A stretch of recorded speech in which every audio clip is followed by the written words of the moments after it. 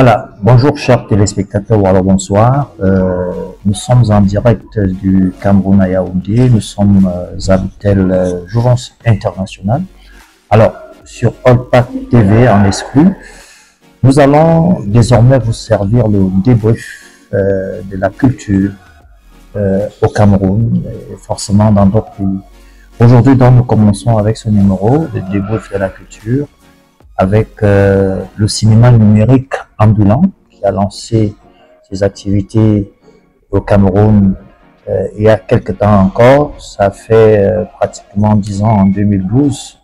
Aujourd'hui, nous sommes en 2025. Depuis lundi, c'est le festival du film européen au Cameroun. Alors, ça se passe dans 3 villes du Cameroun, Yaoundé, Douala et Bafoussam. Nous allons vous passer quelques images de la masterclass qui s'est déroulée, il faut le dire, à Ubuntu. Ubuntu qui est à quelques encablures de l'hôtel Jouvence International qui nous accueille pour ce plateau spécial. C'est une maison de culture en centre culturel qui a donc abrité la masterclass hier avec Élise qui, il faut le dire, est la présidente de l'association des productrices, des femmes qui font du cinéma au Cameroun. Donc tout s'est très bien passé. Après, nous nous sommes retrouvés au quartier Ekwameki pour la projection en plein air. C'est le cinéma numérique ambulant, il faut le dire, au Cameroun. Et 3 films ont été projetés. Le tout premier, c'était celui de Élise Kameni, qui est présidente de l'association des dames de l'image au Cameroun, évidemment, nous l'avons dit. Et il faut dire que son mari, c'est tout simplement Sa Majesté Elem Zisco. Il y a une 30aine d'années, c'est un créateur de mode. C'est lui qui fut le tout premier créateur de mode à faire des défilés de mode au Cameroun. Donc, nous allons vous passer ces images qui se passeront bien évidemment de tout commentaire. On regarde. Si au réseau cinéma numérique ambulant choisi au Cameroun, c'est déjà par rapport au fait qu'il n'y avait plus de ça du tout et qu'il y avait un énorme besoin des populations en cinéma. Justement, nous travaillons pour que ce soit vu du maximum de personnes et nous voulons contribuer un peu. Si toutes les forces convergent pour que le cinéma africain trouve le public, d'abord en Afrique, après ça va redynamiser tout le secteur cinématographique africain. Bonsoir. Dans ce film, j'aime bien les films socio-culturels, les films qui donnent la leçon. C'est pour ça que j'ai écrit ce film. Parce qu'en fait, tout ce que nous faisons, que ce soit du bien ou du mal, ça nous retrouve toujours. Quand tu fais du bien, le bien s'achemine vers toi. Tu fais du mal, ça s'achemine vers toi. Mais un film éducatif et un film de sensibilisation pour que les gens aient de bons comportements. Parce qu'en fait, quand vous faites quelque chose, vous ne savez pas sur le chemin de qui vous vous trouverez demain. Donc c'est pour ça que j'ai fait un film.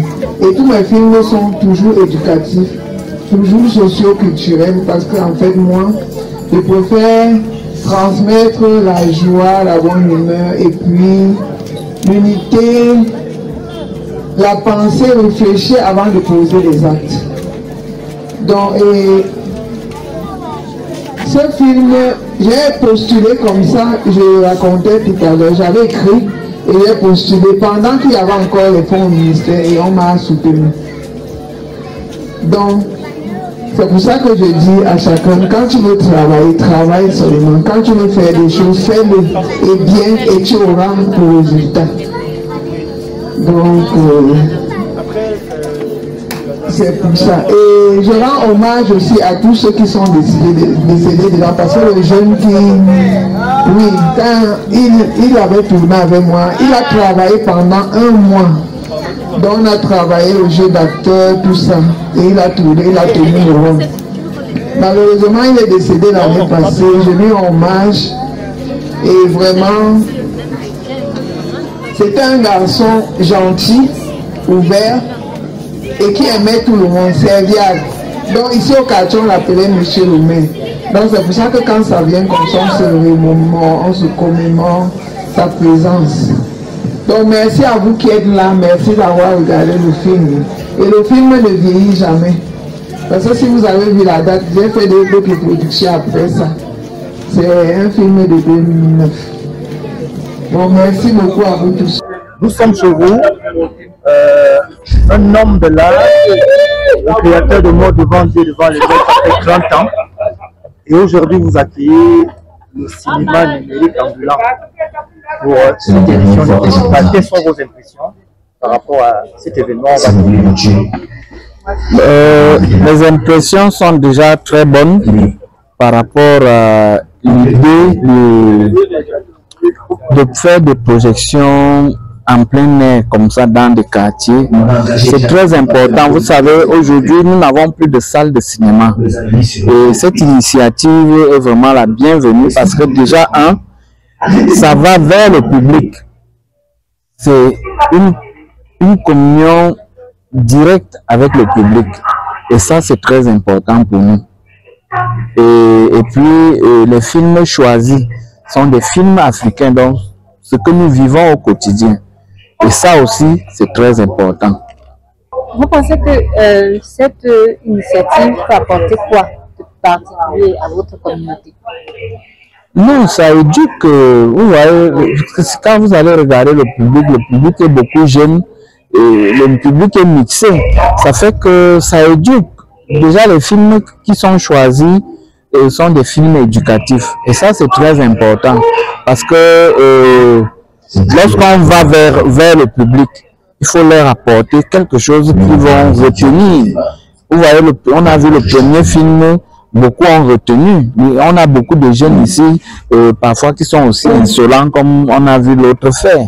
Et à voir ce film, ça va faire en sorte au moins que celui-là, avant de poser un acte, il va d'abord réfléchir 2 fois parce que il va souvent penser que l'autre avait fait poser cet acte et ça l'a rattrapé quelque part. Donc, quelque part, ça apporte vraiment au public. Puisque le public est là, constitué d'enfants, de jeunes, d'adultes et de vieux, c'est pour dire quoi? Que l'éducation est universelle, les valeurs sont universelles. Non, c'est ça, effectivement, les valeurs sont universelles. Il y a des vieux qui ont toujours besoin d'éducation, les moins jeunes, les plus jeunes, et ainsi de suite. Vous avez vu, quand on a posé des questions aux enfants, chacun a retenu à sa manière. Hein. Et ça, je crois que c'est ça même la vraie richesse de ces projections. Quel est le message que vous voulez véhiculer à travers ce message? Le message, c'est en fait l'amour, l'unité. Même quand vous êtes dans un service, il faut servir les gens comme vous avez un travail. Ne pas faire du mal autour de soi parce qu'on a un travail. Ne pas brimer les gens. Parce qu'en fait, tout ce que l'on fait retourne à la personne. Que vous fassiez du bien ou du mal, ça vous retourne. Donc c'est le message en clair du film. Donc toujours faire du bien, quel que soit le poste que vous occupez. Et c'est la thématique que vous abordez généralement dans vos différentes productions ou bien vous avez d'autres thématiques de prédilection? Disons que j'aborde toutes les thématiques qui donnent des leçons. Je fais des films qui touchent la sensibilité et qui peuvent changer le regard et le comportement des gens. Parce que après, j'ai aussi fait un film où j'ai tourné à l'hôpital où des infirmières devaient changer leur comportement. Disons que j'ai d'autres messages, la lutte contre tout ce qui n'est pas normal, qui est anormal à mes yeux et aux yeux de la population. En fait, parce que j'ai cette formation-là, parce que je suis entouré de beaucoup de gens et j'aime bien que les gens changent de comportement et améliorent la société. Parce que si nous tous on se comportait bien à un moment donné, c'est que toute la société serait à l'aise. Et même dans la maison, les gens seront à l'aise. D'abord, la masterclass organisée, nous avons commencé ensemble le 8. On était ensemble et nous avons fait la sélection des films que nous avons envoyés. Donc, nous avons appelé des réalisatrices pour prendre leurs films et envoyer au Festival du film européen. Et on a fait un casting. Et on a aussi proposé des femmes qui étaient là dès la soirée d'ouverture, d'autres femmes qui vont faire des masterclass dans d'autres régions. Donc, nous avons proposé des femmes qui ont été sélectionnées. Moi, je suis satisfaite parce qu'en fait, la femme a beaucoup changé. Parce qu'avant, les femmes acceptaient certains postes sexistes et souvent, elles étaient cantonnées à certains rôles. Maintenant, elles peuvent dire non. Et en fait, les femmes sont de plus en plus productrices, actrices, réalisatrices. Et elles savent exactement ce qu'il faut. Et elles savent aussi ce qu'elles veulent pour évoluer. Donc il n'y a plus de chantage affectif en fait. La particularité du cinéma numérique ambulant, c'est que nous faisons des projections itinérantes. Nous allons avec le cinéma vers ceux qui n'ont pas de cinéma, qui n'ont plus, parce que beaucoup de salles de cinéma ont fermé dans les années 2010 et 2010. Et avec le temps, on a senti que le besoin se faisait. C'est comme ça que, bon, partant de fermeture en 2001 en Afrique de l'Ouest, on est arrivé en 2010 en Afrique centrale. Et on a senti le besoin au niveau du peuple. Le cinéma, c'est un vecteur. Pourquoi ne pas l'utiliser pour sensibiliser le peuple sur des thématiques de causes sociales? Voilà, c'est de là qu'est né le cinéma numérique ambulant à l'Afrique de l'Ouest. Parce que c'est un réseau. Le cinéma numérique ambulant, c'est un réseau sur 10 pays. Le Burkina, le Togo, le Bénin, le Mali, la Côte d'Ivoire, le Sénégal, le Tchad, le Cameroun, la Centrafrique et le Congo. Nos activités, avec les partenaires qui nous accompagnent, nous allons dans des villages, nous faisons des prospections déjà, on va dans les villages, on diffuse, on fait des projections de films à travers lesquels nous sensibilisons, que vous avez la dame qui vient de finir et qui donne la leçon. C'est-à-dire qu'après chaque projection, on échange avec le public et c'est généralement des endroits où parfois les fiches minoritaires n'ont pas la parole. Et quand nous arrivons, ça permet aux gens qui n'ont pas la possibilité de s'exprimer en famille ou dans la communauté de parler. Dans ce cinéma numérique ambulant, nous avons travaillé en 2015 avec le MINAC, jusqu'à 2017, sur l'état civil. Avec des films, nous avons pu sensibiliser les gens à l'Est et dans le Damawa, dans le Nord et le Grand Nord, sur l'état civil. Et ça a permis à beaucoup de personnes, à beaucoup d'enfants qui n'avaient pas d'existence, d'exister légalement. Donc voilà notre activité en ce moment. C'est le cinéma, le festival du film européen qui accompagne les femmes avec la journée internationale de la femme. Et ici, nous voulons donner l'occasion aux femmes de comprendre que le cinéma est un vecteur d'abord de sensibilisation et qu'à travers le cinéma, ils peuvent s'autonomiser parce que le thème, c'est cinéma, femme au cinéma, et nous parlons de l'autonomisation de la femme. Il est question que la femme sache que dans le cinéma, elle n'a pas seulement le rôle d'actrice. Il faut passer de la passivité personne à être active, à prendre le rôle actif. Ça veut dire qu'elle peut aussi être des réalisatrices, elle peut aussi être des scénaristes. Il y a beaucoup de métiers de cinéma dans lesquels les femmes peuvent exceller.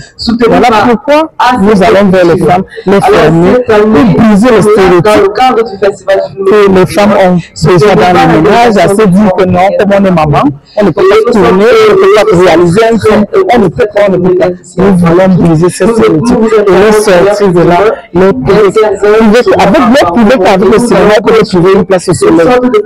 C'est le plus défavorisé. D'accord. nous allons toujours vers le plus défavorisés parce qu'il y en a qui, nous allons dans des villages où les gens ont fait 7 mois sans avoir de lumière. Comme peut-être vous allez dans votre tigère, vous allez dans un village, ça fait 8 mois, il n'y a pas eu de lumière. De temps d'un soir, on peut installer un écran et avec un groupe électrogène, on fait la projection et les gens parlent, ça rassemble les gens au village. Il y a des gens qui ne se parlaient même pas depuis et qui, autour du thème cinéma, essaient de changer. Et nous avons la certitude, au vu du nombre de personnes qui arrivent. Et demain, nous sommes aujourd'hui sur ce site, demain nous serons en Bankomo, et avec la mairie de Bankomo, qui a accepté d'être partenaire à nous, nous serons sur ce site. Ensuite, nous irons à Douala pour 2 jours, sur lesquels nous ferons aussi, où nous ferons des masterclass. Voilà, pour le débrief de la culture depuis le Cameroun. Aujourd'hui aussi, c'était le lancement officiel du salon, oui. Le salon des professionnels du livre de Yaoundé. Nous en avions parlé il y a quelque temps sur Olpat TV. Aujourd'hui, c'était le lancement officiel. Nous étions avec le directeur du salon et surtout mémorable qui a accepté accompagner cette ouverture. Pendant 4 jours, tout sera en effervescence. Là aussi, chers téléspectateurs, ça se passera de tout commentaire. On regarde.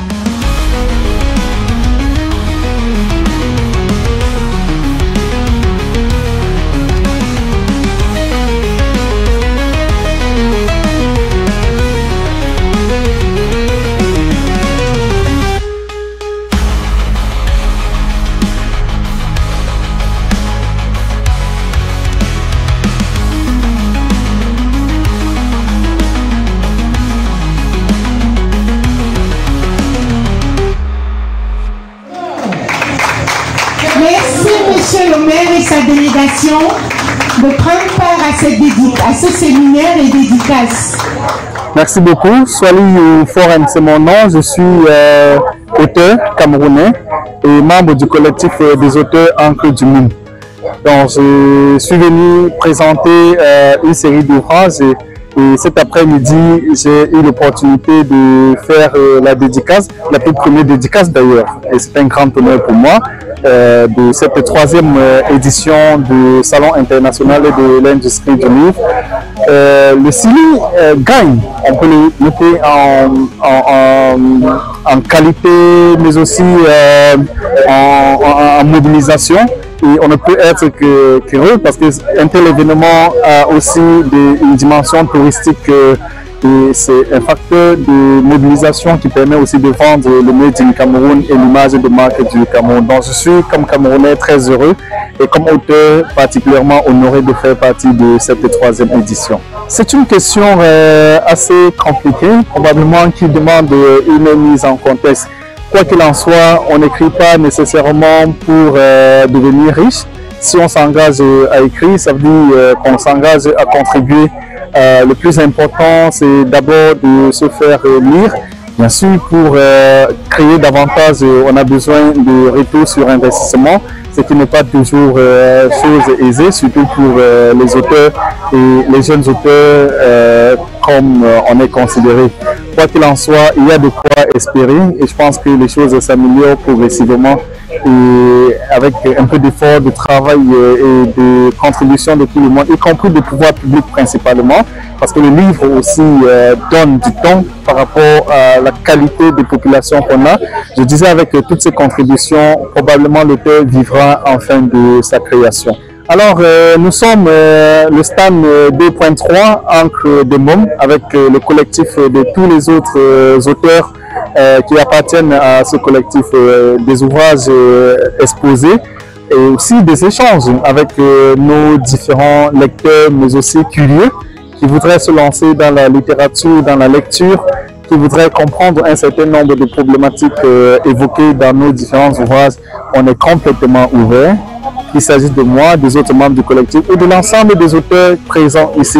J'ai découvert tellement de richesses venues d'ici et d'ailleurs et j'en suis fier. Alors, je suis présent sur les réseaux sociaux, Facebook Swali Foren, X Swali Foren et même sur WhatsApp disponible tel que vous avez vu sur mon kakemono tout à l'heure. Donc, on est complètement ouvert et on répond de façon interactive à tous ceux qui nous écrivent. Oui, je me sens soulagé, ça il faut le dire, parce que quand on a 3 ans aujourd'hui et les défis sont énormes, les enjeux sont encore plus énormes et les objectifs plus que par le passé. Et donc cette année, nous sommes très heureux de savoir que la quasi-totalité des acteurs de la chaîne du livre, pour ne pas dire toute la totalité des acteurs de la chaîne du livre, se retrouvent au CILI. Donc c'est dit qu'ils ont accepté, ils ont compris les enjeux et ont décidé, n'est-ce pas, de se prendre en main. Car depuis longtemps, nous disons aux acteurs à travers la PIL, l'association de promoteurs de l'industrie qui regroupe les acteurs de la chaîne du livre, de tous bords, que ce n'est qu'ensemble que nous pouvons. D'ailleurs, c'est notre slogan. Et donc, quand on arrive à voir tout ce qu'on est en train de voir ici, vraiment, je ne peux que remercier tous ces acteurs-là et leur dire que de ne pas s'arrêter en si bon chemin parce que le combat, entre guillemets, il est long et il est encore plus exaltant. Donc, j'invite chacun d'eux à continuer à se battre, à continuer à croire à ce que nous faisons, car ce n'est qu'ensemble que nous pouvons. Depuis la première édition, et ça, gracieusement, ça il faut le dire. Voilà. Et je me sens vraiment touché parce que je manque même les mots pour remercier tous ceux qui travaillent, tous ceux qui, les responsables au plus haut niveau, vraiment merci. Nous sommes énormément touchés pour tout ce que vous faites pour la culture africaine et même et davantage pour la culture camerounaise. Nous aurons des conférences sur les langues nationales.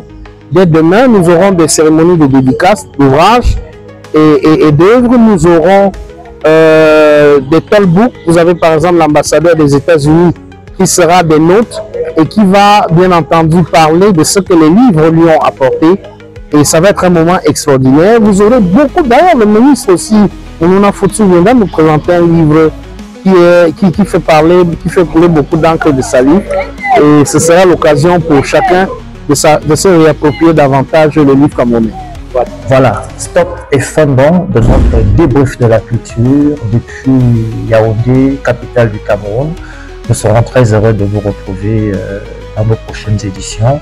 Restez scotchés Old Pack TV, la télé 100% culture.